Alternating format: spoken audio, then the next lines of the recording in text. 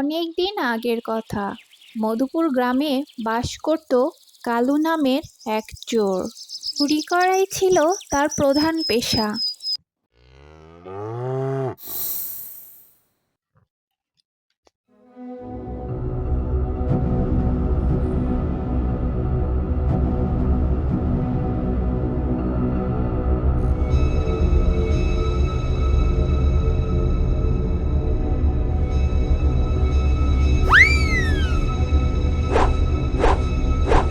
বাবা রে বাবা, আজকে তো নাটটা খেতাম না। একবার যে ধরা খেতাম তাইলে সাঁটিয়ে পাছা লাল করে দিত। এই গ্রামে আর চুরি টুরি করা যাবে না। এই যে গ্রামের সবাই আমার হাড়ে হাড়ে চিনে ফেলেছে।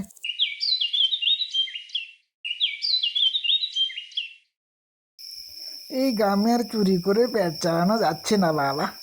অন্য কোথাও গিয়ে একটা বড় দান মেরে আসতে হবে।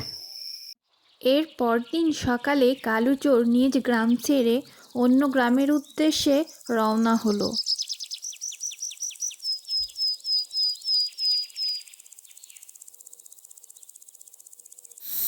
ও বাবা, এ তো দেখি মেলা গরু গো। এই গরু যদি একবার চুরি করতে পারি না, আর জীবন আরামাসে পায়ের উপর পা তুলে খেতে পারবো। যাই দেখি এবার, চেষ্টা করে দেখি কিছু করতে পারি কি না। দেখতে দেখতে তো অনেক বয়স হয়ে গেল রে। এই পৃথিবীতে এই তোরা দুইটা গরু আর আমার নাতি ছাড়া আপন বলতে কেউ নেই। কতদিন হয়ে গেল নাতিটারে দেখি না, কিন্তু তোদের তো একা রেখে যেতেও পারছি না রে। যদি একটা বিশ্বস্ত লোক পেতাম যে তোদের দেখভাল করবে, তাইলে নিশ্চিন্তে আমি নাতিটারে দেখে আসতে পারতাম। হা হা, এ তো দেখি মেঘ না চাইতেই বৃষ্টি রে। এতদিন যে সুযোগের আশায় বসেছিলাম, ভগবান মনে হয় আমারে সে সুযোগ করে দিল রে। একবার যদি গরুগুলোকে বাগাইতে পারতাম এই বুড়োর কাছ থেকে, এই সারা জীবন পায়ের উপর ডান পা তুলে খেতে পারতাম। যাই দেখি, বুড়োর একটু ফাঁকি ঝুঁকি মেরে গরুগুলো নিয়ে পালানো যায় নাকি। জমিদার বাবু, জমিদার বাবু, আমি খুব অসহায় জমিদার বাবু। বহু দূর গ্রাম থেকে এসেছি, 4-5 দিন কিচ্ছু খাই না, কেউ খাইতে দেয় না জমিদার বাবু। লোকের মুখে শুনলাম আপনি নাকি খুব দয়ালু, একটা কাজের ব্যবস্থা করে দেন না জমিদার বাবু।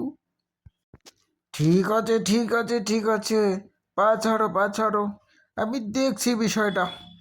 তুমি যেভাবে বলছো, আমি দেখা যাক তোমার জন্য কি করতে পারি।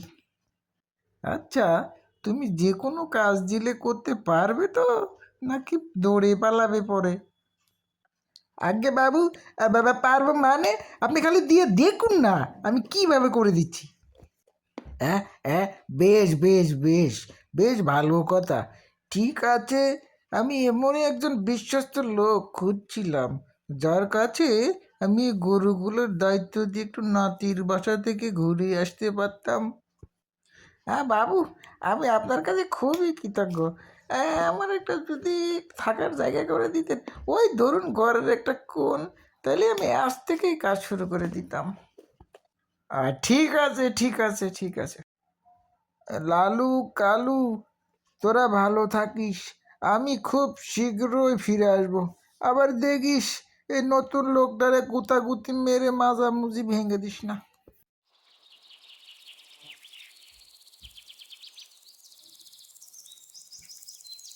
কিভাবে যে গরুগুলো চুরি করি কিছু মাথায় আসছে না। আর এই জমিদার বেটা, এরে তো গ্রামের সবাই চিনে। না, একটা কিছু বের করতেই হবে বুদ্ধি, যাতে সাপও মারে লাঠিও না ভাঙে। এই তো পেয়েছি। কে বলেছে আমি বোকা? আগে ভাবতাম আমি খুবই বোকা, কিন্তু না রে, আমার মাথায় তো দেখি গোবর মোবর কিছু আছে। পরের দিন সকালে কালু চোর জমিদারের গরুগুলো হাটে বিক্রি করার উদ্দেশ্যে রওনা হলো। এরপর কালু চোর জমিদারের গরুগুলো চড়া দামে বিক্রি করলো। ও একই দেখতে তিনটি বাছুর হুরর, কিনে সে যা যা বাড়ির যা, উদ্দেশ্যে ডানে যা ডানে রওনা যা। হয়। আরে বেটা মামা যাস না, ডানে যা। হুরর। বুদ্ধিটা কাজে লাগিয়ে চড়া দান মেরে দিয়েছি। যাই দেখিনি, তাড়াতাড়ি টাকাগুলো লুকিয়ে ফেলি দে। ইদানিং চুরির যে আকাল পড়েছে রে, এখন তো চুরি করে বউ বাচ্চা নিয়ে বেঁচে থাকাই যায়। শুনলাম মুরুল বড় নাকি নাতির বাড়ি গেছে।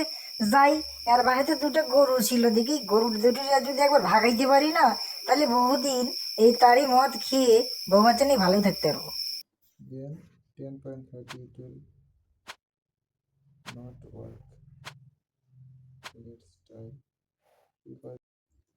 যা বাবা, এইবার নিশ্চিন্ত হলুম। এ বাবা, এই আবার কি? এদিকে আমার জন্য টাকা সাজিয়ে রেখেছে। যাই হোক, টাকাগুলো একবার যদি মেরে এখান থেকে বাড়তে পারি না, অনেক দিন ধরে বসে বসে খাইতে পারবো।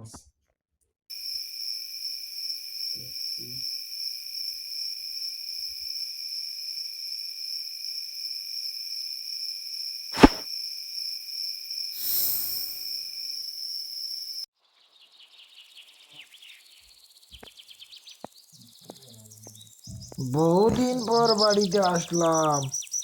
কই রে লালু আর কালু, তোরা কই গেলি? কি ব্যাপার, লালু আর কালুকে দেখতে তো রোগা আর ছোট লাগছে কেন? এই কালু, তুই কি ওদের ঠিকঠাক মতো খাওয়াসনি নাকি? বাবু, আর কি বলবো দুঃখের কথা, এই আপনি যাওয়ার পরে এই লালু আর কালু একদম খাওয়া দাওয়া বাদ দিয়ে দিয়েছে। আমি কত করে বললাম, কিন্তু নাজর বান্দা, এরা তো আমার কথা শোনেই না। একদম দুই চোখ দিয়ে কান্না করতে করতে পুকুর বানিয়ে ফেলছে, এবং আপনার কথা ভাবতে ভাবতে শুকিয়ে ছোট হয়ে গেছে।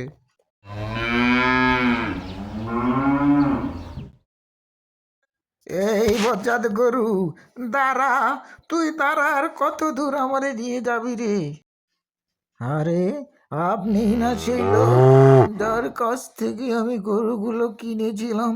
এই আপনার বজ্জাত গরুকে কোনোভাবেই আটকে রাখা যাচ্ছে না। এই হলো আসল ঘটনা। জমিদার বাবু, আমাকে ক্ষমা করে দিন, আমি লোভে পড়ে এই কাজটা করছিলাম। আমাকে এবারের মতো ক্ষমা করে দিন, আমি আর জীবনেও চুরি করব না। তাই তো বলি, হতচ্ছাড়া, গরুগুলো আমাকে দেখে কেঁদে কেঁদে ছোট হয়ে গেছে। আমার তখনই সন্দেহ হচ্ছিল। দাঁড়া, তোরে সাঁটিয়ে তোর কি অবস্থা করছি দেখ। আমাকে মারবেন না হুজুর, আমাকে কিছু করবেন না। এই টাকাগুলো আমি ঘরের মধ্যে পুঁতে রেখেছি, আপনাকে এক্ষুনি নিয়ে এসে দিচ্ছি, তাও আমাকে মারবেন না রে হুজুর।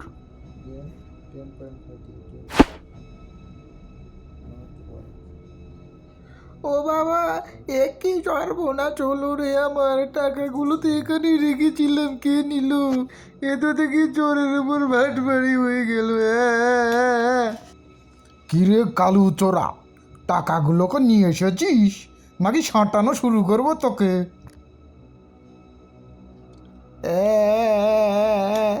বাবু, আমি তো টাকাগুলো ওই রুমে রেখেছিলাম, কে জানি টাকাগুলো চুরি করে নিয়ে গেছে।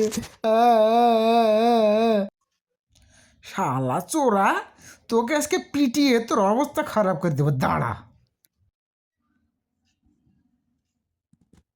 না না না না, ও বাবা বাবা, হুজুর মারবেন না হুজুর, ও বাবা, বললাম রে বাবা, বাবা বাবা, মারবেন না বাবা, বাবা।